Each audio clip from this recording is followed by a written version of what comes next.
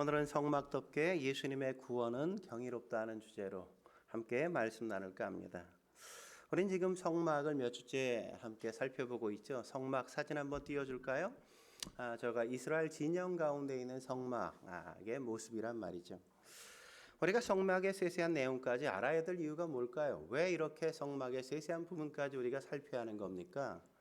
그럼 몇 가지 이유가 있기 때문에 그래요. 첫째는 모든 성경이 하나님의 감동으로 된 것이기 때문이란 말이죠. 그 감동으로 된 그 성경 가운데 출애굽기 26장 역시 성막 역시 있기 때문에 그런 겁니다. 그렇기에 출애굽기 26장 역시 교훈과 책망과 바르게 함과 의로 교육하기에 유익한 것이란 말이죠, 우리에게. 둘째는 성막의 모든 구성 요소가 예수 그리스도를 예표하기 때문에 그래요. 예수 그리스도를 예표하기 때문에 그렇단 말이죠. 오늘도 이 내용을 함께 좀 자세히 어떻게 예수님을 예표하는가를 함께 살펴볼 겁니다. 셋째는 성막이 하늘의 온전한 성막의 그림자이기 때문에 그렇단 말이죠. 지금 땅에 있는 이 성막이 앞으로 우리가 하나님 나라에 가게 되어지면 거기에 있을 성막의 온전한 그림자가 바로 이것이기 때문에 그런 겁니다. 히브리서 9장 같이 한번 볼까요? 9장 히브리서 9장 같이 한번 살펴보도록 하죠. 9장 11절 12절 읽겠습니다. 시작. 그리스도께서는 장래의 좋은 일에 대세상으로 오사 손으로 짓지 아니한 것 곧 이 창조에 속하지 아니한 더 크고 온전한 장막으로 말미암아 염소와 송아지의 피로 하지 아니하고 오직 자기의 피로 영원한 속죄를 이루사 단번에 성소에 들어가게 하셨느니라. 하늘에 있는 성막에 대해서 뭐라고 얘기합니까? 사람이 손으로 짓지 아니한 거라고요.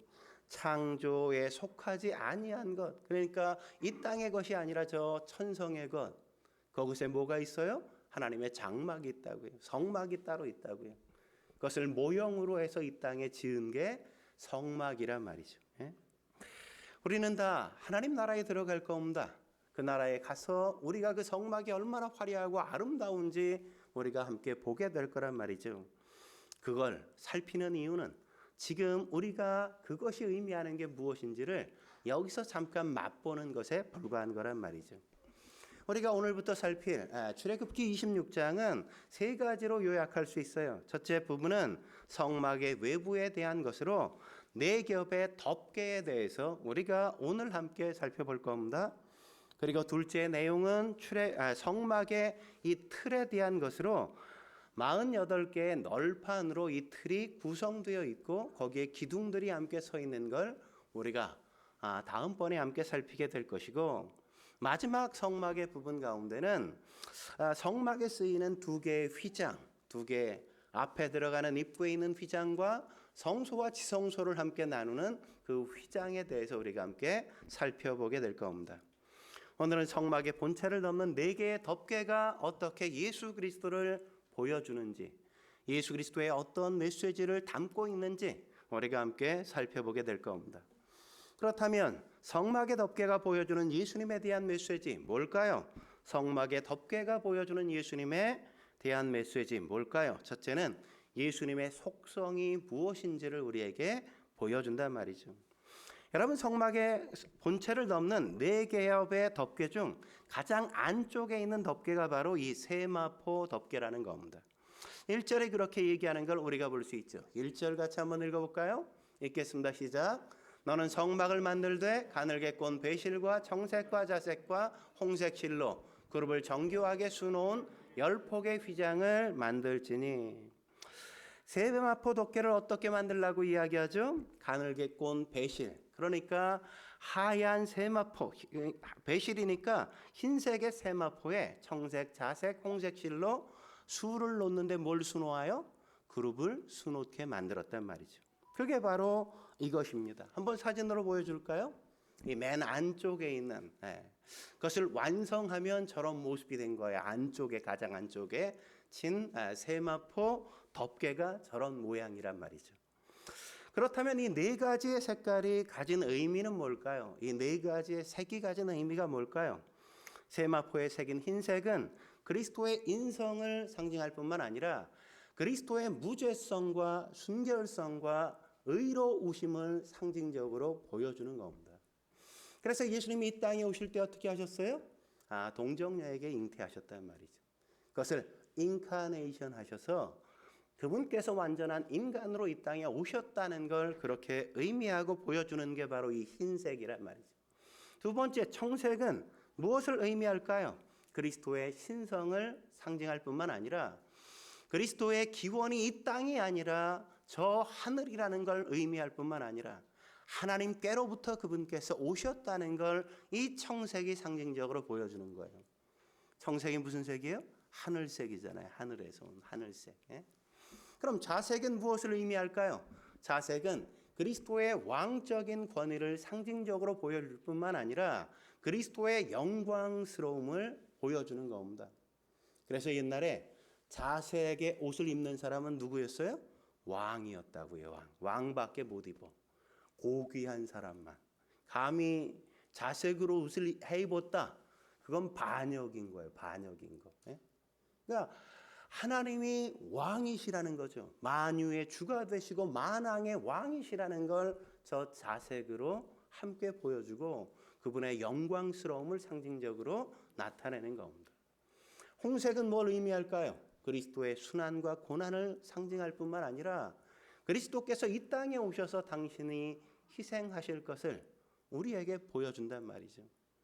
예수님께서 뭐라고 말씀하셨습니까? 내가 온 것은 섬김을 받으려 함이 아니라 도리어 섬기려 하고 자기의 목숨을 많은 사람들의 대속물로 주기 위해 왔다. 그렇게 말씀하지 않습니까?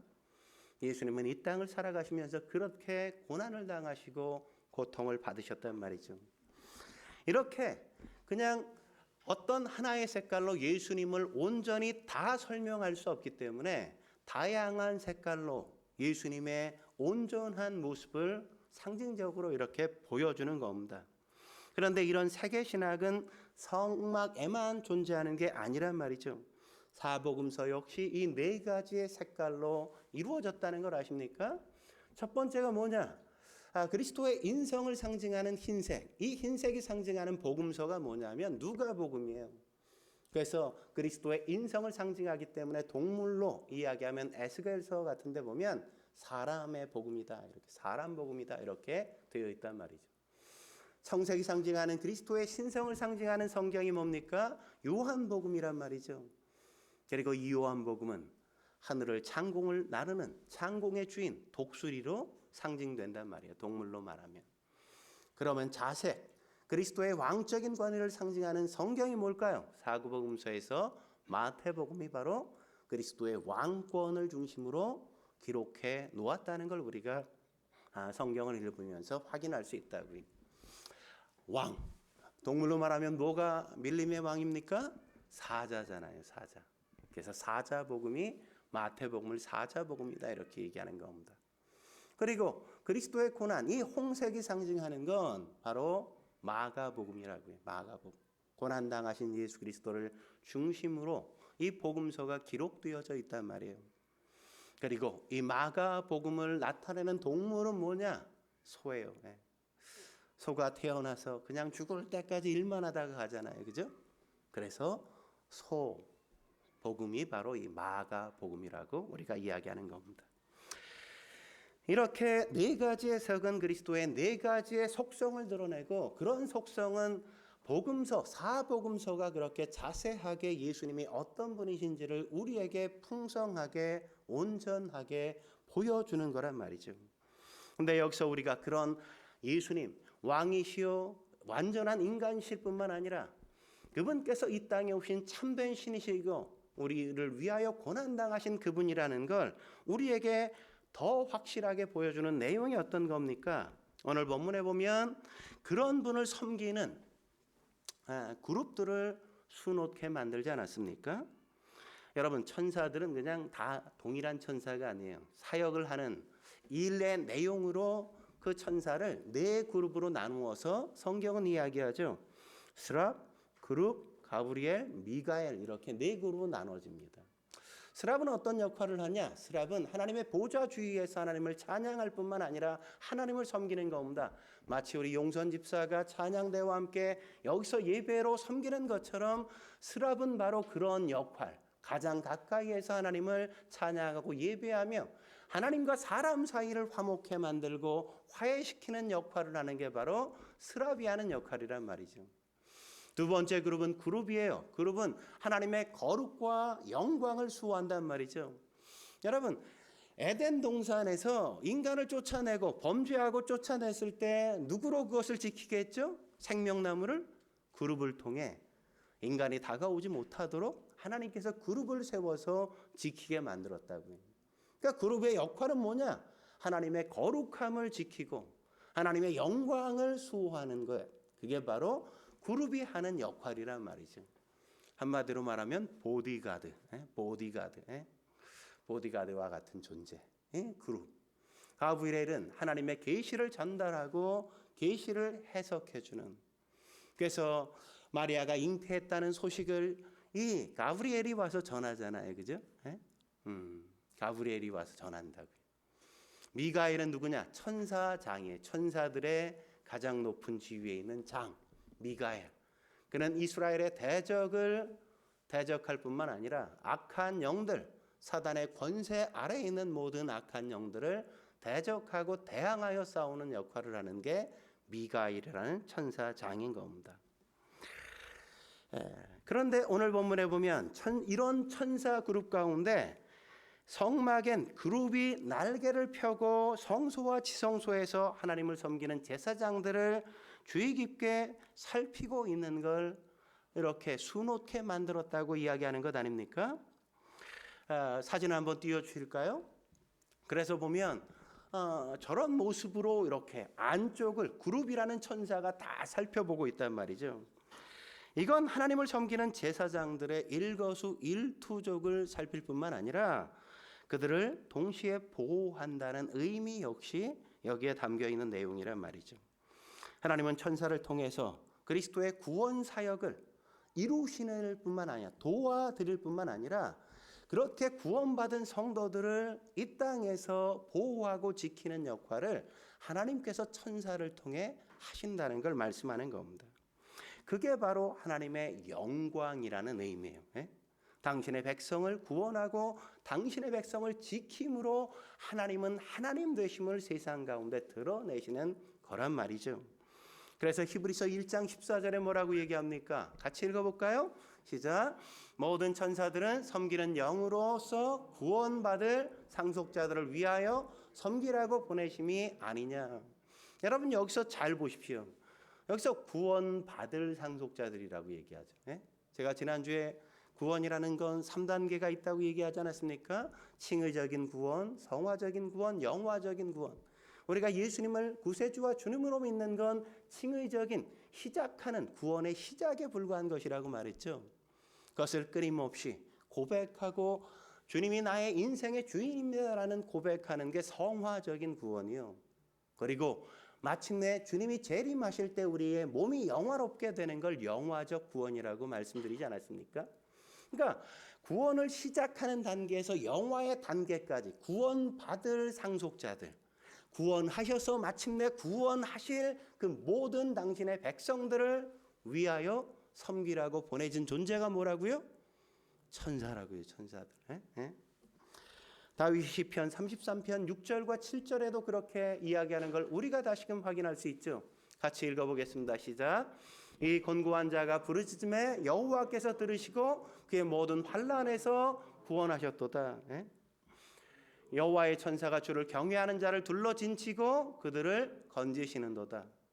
공고한 일 속에서 하나님 앞에 부르짖을 때 하나님께서 구원하셨어요. 구원하실 때 누구를 통해서 구원하세요? 당신이 직접 하시는 게 아니라 천사를 보내 그들을 두루 진치게 하고 그들을 지켜주신단 말이죠.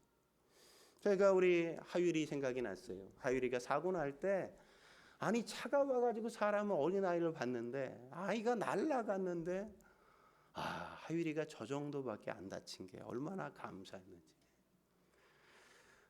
참 하나님께서 특별히 어린 아이들, 자기가 스스로 자기를 지킬 수 없는 아이들은 특별히 더 보호하시고 지키신다는 이야기들을 제가 그 속에서 다시 한번 감사하지 않을 수가 없었습니다. 그리고 한 가지 더 우리가 이 본문에서 주목해 봐야 될 게 뭐냐면 2절과 3절의 내용이에요. 2절과 3절 같이 읽어볼까요?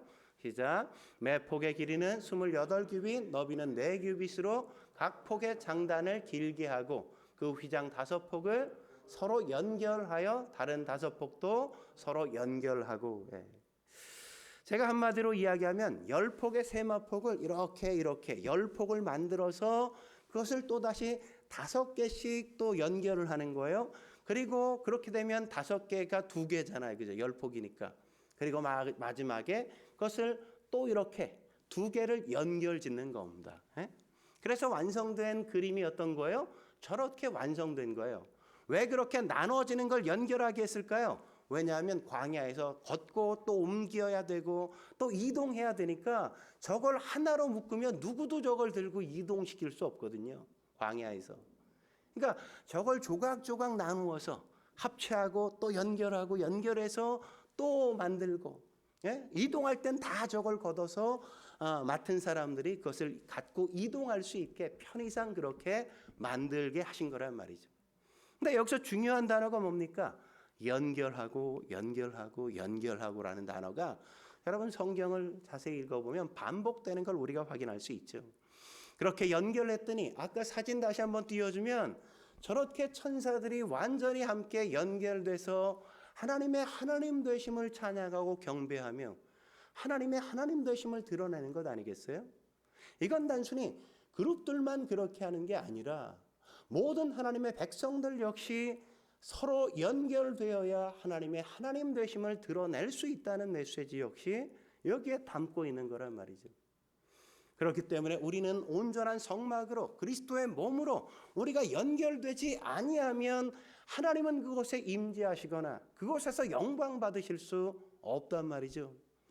함께 이룬 모든 성도들 가운데 어느 한 지체가 나는 함께 연결하기 싫어, 저 인간과는 나는 상대 안 할 거야 라고 하는 순간 그곳에 하나님은 임재하실 수 없고 하나님은 영광 받으시기 어렵다는 거죠.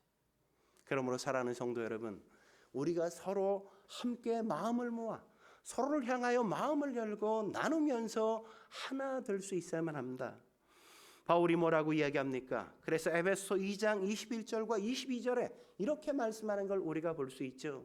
그 안에서 건물마다 서로 연결하여 주 안에서 성전이 되어가고 너희도 성령 안에서 하나님이 거하실 처소가 되기 위하여 그리스도 예수 안에서 함께 지어져 가느니라.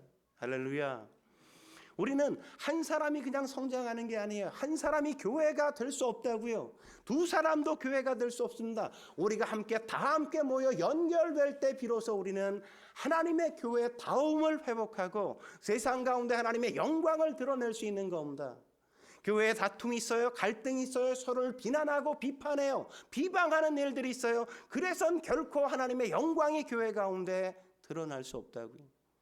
서로 사랑하고 서로를 위해주고 서로를 위해 헌신하고 서로를 세워주는 역사가 있을 때 비로소 세상은 교회를 통해 하나님의 영광을 바라볼 수 있게 되는 겁니다. 저와 여러분이 그렇게 교회로 부름받았다는 사실을 놓치지 않길 주의 이름으로 축원합니다. 한 걸음 더 나아가 성막의 덮개가 보여주는 예수님에 대한 메시지 뭘까요? 두 번째는 예수님의 속죄를 보여줍니다. 속죄란 인간이 가진 죄를 씻어서 하나님과 인간의 관계를 회복시키는 그리스도의 사역을 이야기하는 거죠. 여러분, 우리는 결코 우리의 힘으로 우리의 죄를 씻을 수 있을까요? 없단 말이죠. 없어요. 왜 없어요? 우리 안엔 우리가 지은 자범죄만 있는 것도 아니고 우리 안에 아담과 하와로부터 물려받은 원죄, 오리지널 신도 있기 때문이란 말이죠. 성경에 근데 뭐라고 얘기합니까? 사람의 죄가 크든 작든 죄의 삭은 사망이다 이렇게 얘기한다고. 죄의 삭은 사망이에요. 그렇기 때문에 인간은 감히 하나님의 영광에 이를 수 없게 되었다고요. 인간은 그래서 하나님 앞에 나아갈 수 없는 절망과 좌절 속에 살아야 되는 겁니다. 우리가 바로 그런 존재였단 말이죠. 그런데 그런 우리의 죄를 속죄하기 위해서 속죄해 주시겠다고 이 두 번째 덮개인 염소털 덮개를 우리에게 덮어 보여주시는 거란 말이죠. 사진을 보실까요? 두 번째 덮개는 저렇게 하얀 염소털로 이루어진 덮개라고요. 덮개. 이 염소털 덮개는 세마포 덮개보다 길이도 한 1m 정도 길고 너비도 한 폭이 길어서 세마포 덮개를 완전히 싸고도 남는 넉넉한 크기로 만들었어요. 예? 이 염소털 덮개가 뭘 상징하냐? 예수님이 하나님과 우리 관계를 회복하기 위해 우리 죄를 속죄하시는 분이라는 걸 예표적으로 보여주는 거란 말이죠. 왜죠? 염소가 가장 중요하게 성경에 등장하는 대목이 어디일까요? 대속죄일에 속죄 제물로 등장할 때란 말이죠. 대속죄일에 속죄 제물로 등장할 때 염소 2마리를 제사장 앞에 가지고 옵니다. 1년에 7월 10일 딱 한 번이에요. 그날 유일하게 대제사장만 지성소에 들어가서 언약궤 위 속죄소에 이 피를 뿌리면서 이스라엘의 모든 죄를 속죄하게 되어지는 역사를 이루는 날이 바로 이 날이란 말이죠. 그래서 염소 2마리를 딱 갖고 오면 한 마리는 거기서 잡아서 그 피를 받아서 제단에 갖다 뿌리게 되어지고, 또 한 마리는 제사장이 이스라엘 백성의 모든 죄를 그 앞에 손을 얹고 다 하나님 앞에 아뢰면서 죄를 그곳에 이스라엘 백성의 모든 죄를 염소에게 전가시키는 거예요. 그리고 그 기도를 드린 후에 이 염소를 광야로 그냥 다시 돌아올 수 없도록 광야로 돌아오지 못하는 것으로 내보낸단 말이죠. 왜요? 우리 죄가 다시금 우리에게 돌아오면 안 되니까. 죄를 우리로부터 완전히 분리시키고 완전히 멀리 내보내게 하는 것을 그렇게 상징적으로 보여주는 거란 말이죠. 그걸 가르쳐 아사셀이라고 성경은 이야기하는 것 아니겠습니까? 그래서 침례 요한이 예수님께서 침례를 받으러 자기에게 나올 때 예수님을 바라보면서 요한복음 1장 29절에 이렇게 말씀하시잖아요. 보라, 세상 죄를 지고 가는 하나님의 어린 양이로다. 속죄의 염소가 뭘 상징해요? 그리스도가 우리 죄를 짊어지고 가시는 걸 상징적으로 보여주는 거란 말이죠. 하나님은 이렇게 속죄하실 것에 대해 이사야서 1장 18절에 이렇게 말씀하시지 않습니까? 너희 죄가 주홍 같을지라도 눈과 같이 희어질 것이요 진홍같이 붉을지라도 양털같이 희게 되리라. 예수님을 십자가에 못 박음으로 너희 죄를 씻고야 말 거야. 너희 죄를 너희에게서 없애버리고 말 거야. 다윗은 시편 103편 12절에 뭐라고 자기의 속죄의 은혜를 고백합니까? 동해 서에서 먼 것 같이 우리의 죄가를 우리에게서 멀리 옮기셨으며, 아사셀 염소가 광야로 나가 돌아오지 못하게 한 것처럼 우리의 죄가 우리에게 돌아오지 못하도록 멀리 내보냈다는 걸 그렇게 다윗은 감격하며 고백하는 거란 말이죠. 예레미야 역시 하나님은 예레미야를 통해서 예레미야 31장 34절에 이렇게 고백하죠. 같이 읽어볼까요? 시작. 내가 그들의 악행을 사하고 다시는 그 죄를 기억하지 아니하리라. 여호와의 말씀이니라. 우리의 모든 악행을 사하고 우리의 죄를 다시는 기억하지 않겠다. 어떻게? 염소를 그렇게 보내면서 우리의 죄를 완전히 우리에게로부터 단절시키고 분리시켜내겠다고 말씀하는 겁니다. 이런 속죄는 하나님이 우리 죄를 짊어지시고 예수님께서 짊어지시고 나아가셨기 때문에 가능했다고 성경이 말씀하는 거죠.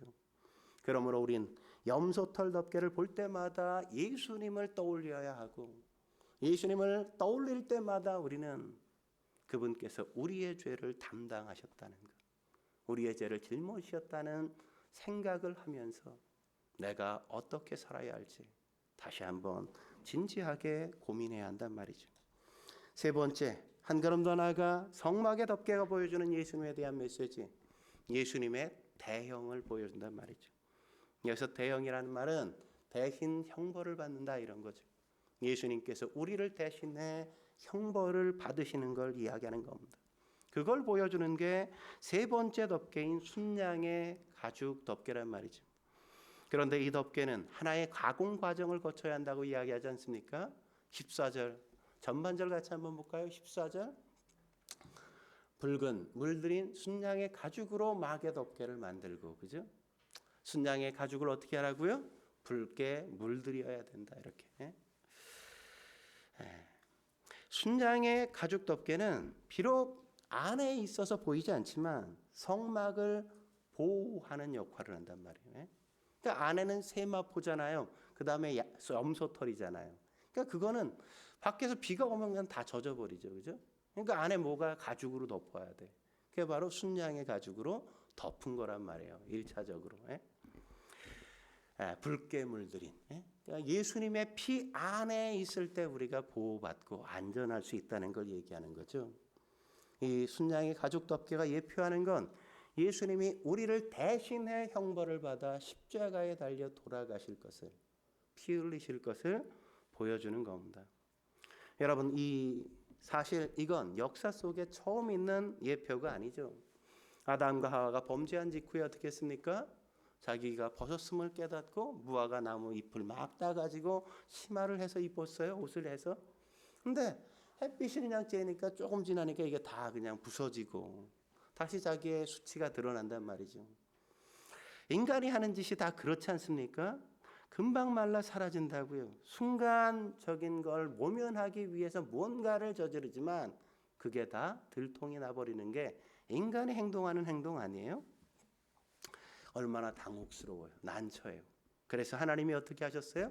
짐승을 잡아서 짐승의 가죽을 벗겨 아담과 하와에게 옷을 입히고 수치를 가려 주셨다고 성경이 말하잖아요.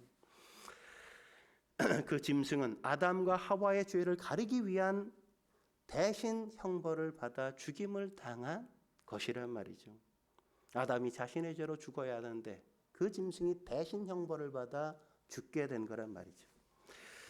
그래서 히브리서 9장 22절엔 뭐라고 이야기합니까? 피 흘림이 없은즉 죄사함이 없느니라. 누군가 피를 흘려야 그의 죄는 사해질 수 있는 거란 말이죠. 그렇기에 아담과 하와를 위해 죽은 이 짐승 역시 아담의 후손인 모든 인간의 죄를 대신 짊어지고 친히 대속물이 되실 예수 그리스도를 예표적으로 보여주는 겁니다. 그래서 예수님이 요한복음 14장 6절에 이렇게 말씀하시는 거죠. 내가 곧 길이요 진리요 생명이니 나로 말미암지 않고는 아버지께로 올 자가 없느니라. 왜요? 누구도 대신 형벌을 당하지 않거든요. 누구도 대신 남을 위하여 그렇게 목숨을 내놓지 않잖아요. 베드로도 사도행전 4장 12절에 뭐라고 이야기합니까? 사도행전 4장 12절에 이렇게 말하죠. 다른 이로서는 구원을 받을 수 없나니. 다른 존재는 인간을 구원할 존재가 없단 말이죠. 그래서 하나님은 아담의 후손들에게 예수 그리스도가 오셔서 그들을 위해 대신 형벌을 받으실 걸 바라보며 살게 하려고 순양을 잡아 제사를 드리고 그 가죽을 벗겨서 그것으로 이 성막을 덮게 만드신 거란 말이죠. 여러분 창세기 4장에도 보면 가인과 아벨의 제사가 나오지 않습니까? 가인과 아벨의 제사 어떻게 다르죠? 가인은 땅의 소산으로 예배를 드리고 아벨은 양의 첫 새끼를 잡아 예물을 드렸단 말이죠. 근데 성경에 보면 가인과 그 제물은 받지 않고 아벨과 그 제물은 받으셨다고 얘기하지 않습니까? 왜 그런 거죠? 뭔 차이가 있는 겁니까? 가인의 예배 태도에 문제가 있었단 말이죠. 가인의 예배 태도가 어땠길래 가인의 예배를 받지 않은 걸까요? 우리가 하나님이 아담과 하와의 수치를 가려주시는 그 장면을 생각해 보면 우리가 충분히 이해할 수 있잖아요. 하나님이 어떻게 하셨다고요? 짐승을 잡아서 그 가죽을 벗겨서 그것으로 옷을 해 입혔단 말이죠. 이걸 통해서 하나님께서 수치를 가려주시면서 누군가 대신 형벌을 당하지 않으면 죄가 사해지지 않는다는, 그래서 하나님 앞에 드릴 제사는 반드시 희생을 필요로 한다는 걸 예표적으로 보여주셨다고요. 가인은 어땠을까요? 아담과 하와가 늘 하나님을 예배할 때마다 짐승을 잡고 그것에 피를 뿌리고 그리고 예배를 드리는 걸 수없이 봐왔을 겁니다. 근데 지금 가인은 어떻게 예배를 드렸습니까? 짐승을 잡지 않았습니다. 잡는 것 자체가 귀찮았단 말이죠. 아이 귀찮게 먹고 그래야 되는 거야? 아니 꼭 그렇게 해야 될 이유가 뭐야? 그냥 아무거나 대충 갖다 드리면 되지. 그냥 예배면 예배지 뭐 귀찮게 이런 거 저런 거 따지고 그래. 자기 마음대로 자기 멋대로 땅의 소산을 가져다가 그냥 자기가 하고 싶은 대로 예배를 드렸다고요. 예? 그래서 하나님은 그 예배를 받지 않으셨다고요. 우리가 드리는 모든 예배가 여기에 있다고, 여기에 앉아 있다고 드리는 예배가 다 연락된다고요? 아니요. 우리가 드리는 예배의 태도에 따라서 어떤 예배는 하나님께서 기쁨으로 받으시지만 어떤 예배는 그럴 수 없는 예배도 있을 수 있단 말이죠. 어떤 분들은 그런 얘기를 하죠. 아니 하나님은 소제도 받으시는데 곡물로 드리는 제사도 받는데 괜찮은 거 아니에요? 이렇게 얘기하는 분이 있어요. 물론 하나님께서 곡물로 드리는 소제 역시 받으세요. 근데 레위기 2장에 보면 소제를 받으시는 것은 전제가 뭐냐 하면 희생을 드려 짐승을 잡아 번제로 드린 이후에 소제를 드릴 때 그 소제도 받으신다는 것이지 전제 없는 소제 그걸 받으신다는 건 아니란 말이죠. 예? 짐승의 피로 제사를 드릴 때 비로소 그 제사를 하나님께서 받으신다는 거예요. 그건 뭘 상징하기 때문에 예수 그리스도가 이 땅에 오셔서 우리를 대신해 피를 흘리실 걸 상징적으로 보여주고 그걸 바라보면서 주님 앞에 예배드리는 자들, 그 자들의 마음을 받으시고 그 예배를 받으신다는 거죠. 여러분 창세기 22장에도 보면 아브라함이 모리아산에서 이삭을 잡아드리려는 그 사건이 나오지 않습니까? 아브라함의 믿음을 보시고 하나님께서 스탑 이렇게 말리셨잖아요. 그리고 준비한 나무가지에 걸려있는 순양을 하나님께서 준비해 주셔서 그걸 잡아 제물로 드리라 이렇게 말씀하시는 걸 볼 수 있지 않습니까? 하나님이 미리 순양을 준비하셨다 이렇게 얘기하죠. 그래서 순양을 잡아 제사하면서 여호와 이레 하나님께서 준비하셨습니다라고 고백하게 만들잖아요. 뭘 준비하셨다는 거예요? 하나님께서 예수님을 골고다 언덕에서 그를 십자가에 달아 그의 피를 쏟게 하심으로 우리를 구원하실 걸 예비하시고 준비하셨다는 걸 거기에서 보게 만드시는 거란 말이죠. 이삭이 죽어야 할 곳에 그 짐승이 대신 죽은 겁니다. 하나님은 이삭의 죽음 대신 짐승의 죽음을 받으신 거란 말이죠. 이삭이 죽어야 할 그곳에 짐승이 대신 선 것처럼 어느 날 인류의 예수님께서 오셔서 우리가 죽어야 할 그 자리에 대신해서 예수님께서 서서 그 모든 희생을 감당하실 것을 말씀하시는 거죠. 그래서 이사야서 53장 5, 6절에는 뭐라고 이야기합니까? 이렇게 말하죠.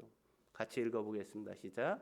그가 찔림은 우리의 허물 때문이요 그가 상함은 우리의 죄악 때문이라. 그가 징계를 받음으로 우리는 평화를 누리고 그가 채찍에 맞음으로 우리가 나음을 받았도다. 우리는 다 양 같아서 그릇 행하여 각기 제 길로 갔거늘 여호와께서는 우리 모두의 죄악을 그에게 담당시키셨도다. 그렇습니다. 예수님께서 우리를 대신해 희생을 당하셨기에 우리를 대신해 십자가에 달려 돌아가셨기에 우리는 속죄를 경험할 수 있는 겁니다. 그러므로 우리는 대속해 주신 예수님을 의지하고 살아갈 수 있어야 돼요. 마지막으로 성막의 덮개가 보여주는 예수님에 대한 메시지 뭘까요? 네 번째, 예수님의 인성을 보여준단 말이죠. 본체의 마지막 겉에 덮개가 뭐냐? 해달의 가죽 덮개란 말이죠. 해달은 털을 가진 동물이라는 뜻인데 그래서 오솔이다, 고래다, 바다소다 이렇게 번역 성경에 보면 다양하게 번역하지만 사실 나인강이나 홍해에 때를 지어 서식하는 게 수달이라는 거였어요. 수달. 그렇기 때문에 아마 수달이었을 거다 성경학자들은 대부분 그렇게 해석을 합니다. 근데 여러분 생각해 보세요. 수달이 광야에 있을까요? 없을까요? 없죠. 해양동물인데 어디 있어요?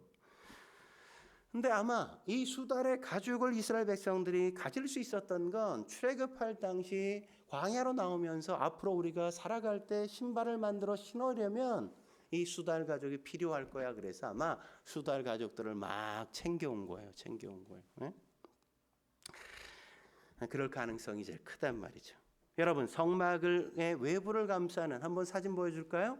이 수달 가죽으로 저렇게 감싸는 거예요. 응? 이 해달 가죽이 뭘 상징하냐? 예수님의 인성을 상징한단 말이죠. 인성을. 사진에서 보는 것처럼 해달의 가죽 덮개는 검은 회색에 거의 가깝단 말이죠. 여러분 이 덮개를 보고 야, 저건 근사한데, 멋있는데, 저 누구 집이야? 뭐 이렇게 얘기할 사람 있습니까? 아, 참 볼품도 없고 가치도 없어 보이고 미라고는 전혀 찾아볼 수 없는 그런 모습 아니에요? 근데 그 다음 사진을 보면 내면은 어때요? 그 안에 들어가면 완전히 다 황금이야, 황금, 순금이야. 그리고 아름답게 그룹이 수놓아진 휘장만 존재하는 그 아름다움이 있단 말이죠. 예? 겉으로 보면 볼품 없어요. 누구도 관심을 갖지 않을 만한 거예요. 근데 안에 들어가면 저런 아름다움이 있는 겁니다. 근데 저 사진에서 보는 것처럼 우리가 오직 다음 사진을 보면 성막 안에 들어가 저 아름다움을 보려면 어떻게 해야 돼요? 우리가 성막을 들어가서 번제단을 지나고 물두멍을 지나고 성소로 들어가야만 예수님의 참된 아름다움과 위대한 사랑과 놀라운 예수님의 왕되심을 비로소 우리가 확인하고 발견할 수 있다는 거죠. 그렇기 때문에 믿지 않는 사람들이 예수님의 모습을 볼 때 어떤 모습만 봐요? 해달의 가죽과 같은 모습만 본다고요. 그래서 이사야서 53장 2절에 이렇게 얘기하는 겁니다. 뭐라고요? 그는 주 앞에서 자라나기를 연한 순 같고 마른 땅에서 나온 뿌리 같아서 고운 모양도 없고 풍채도 없은즉 뭐라고요? 우리가 보기에 흠모할 만한 것이 아름다운 게 아무것도 없다.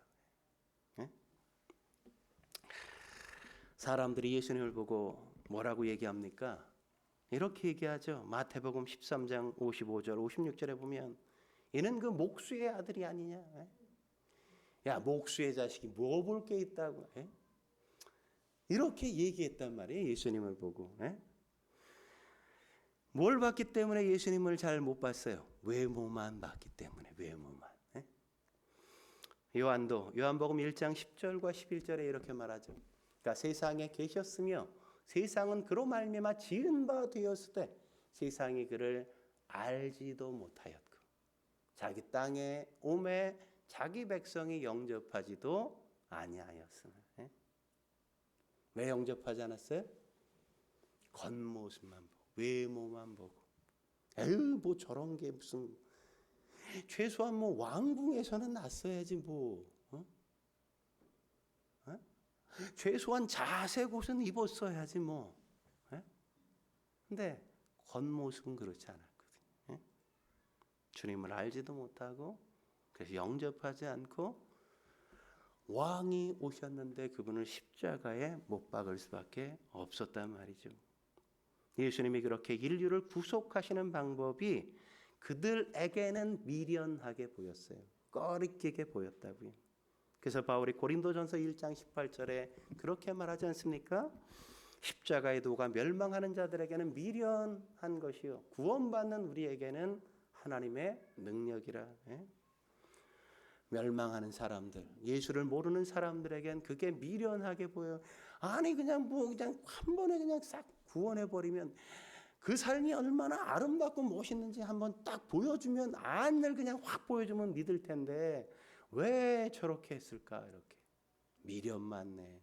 이렇게 사람들은 여겼다고요.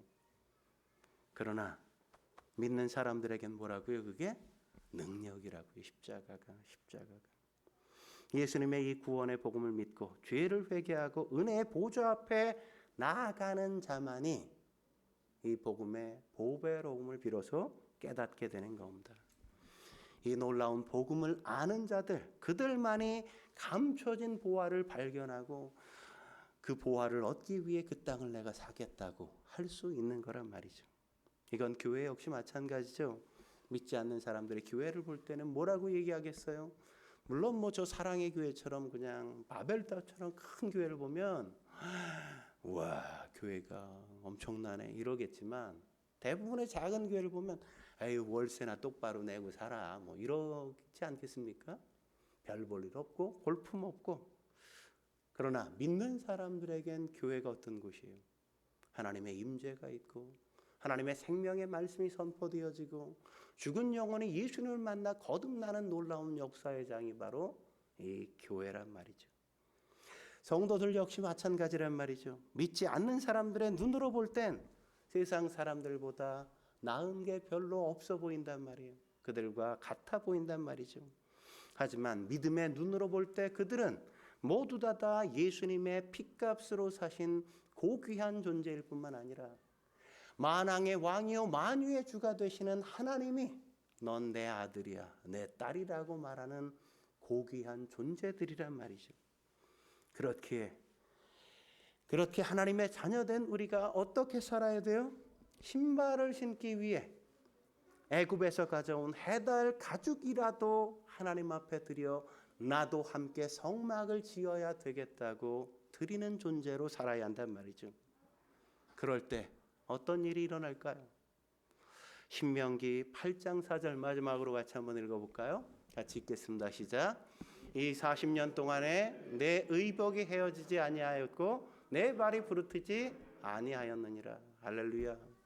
어떤 일이 있습니까? 그들이 하나님 앞에 다 드렸더니 그들이 없어서 굶어 죽었나요? 그들이 신발이 없어서 그냥 맨발이 부르트로 그렇게 다녔습니까? 그들이 의복이 없어서 못 살았어요? 아니요. 하나님 앞에 그렇게 해달의 가죽을 드리고 세마포를 드리고 염소털을 하나님 앞에 드렸더니 하나님께서 의복이 해지지 않고 신발이 해지지 않고 그들이 영원토록 살 수 있게 넉넉하게 그들의 삶을 책임져 주시고 공급하셨단 말이죠. 하나님의 백성의 삶은 그렇게 살도록 부름받은 자리인 겁니다. 내가 하나님을 믿기에 하나님 앞에 드리고 하나님 앞에 드렸기에 하나님이 우리의 삶을 책임져 주시며 살아갈 때 세상 사람들은 아니 도대체 저들은 어떻게 저렇게 사는 거야? 라고 경이롭게 바라보면서 도대체 하나님은 어떤 분일까? 그렇게 이야기할 수 있는 것. 저와 여러분들이 그런 삶을 사실 수 있길 주의 이름으로 축원합니다. 기도하시겠습니다. 거룩하신 하나님 아버지, 오늘도 주님 앞에 나와 엎드려 예배할 수 있게 하신 것 감사합니다. 우리를 어떻게 구원하셨는지 우리가 짧은 시간 함께 말씀을 통해 살펴보았는데 아무것도 아닌 저희들, 죄인된 저희들을 의인도 아니고 선하게 살지도 못하는 우리들을 구원하시기 위해 하늘 보좌 버리시고 이 땅에 오시고 우리를 구원하시기 위해 그 아들을 기꺼이 내어주셨던 하나님의 놀라운 사랑, 그 아들을 인간 그 어떤 존재보다 더 천하게 죄인되게 십자가에 못 박히게 만드셨던 하나님의 놀라운 사랑을 우리가 다시 한번 이 성막 덮개를 통해 확인하게 하신 것 감사합니다. 우리가 그 사랑에 감격할 수 있게 하시고 그 사랑의 깊이와 높이와 넓이를 깨달을 수 있게 주여 도와 주옵소서. 오늘도 주님 우리의 인생을 새롭게 주옵소서. 우리의 삶을 붙들어 주옵소서. 예수님의 이름으로 감사하며 기도드립니다. 아멘.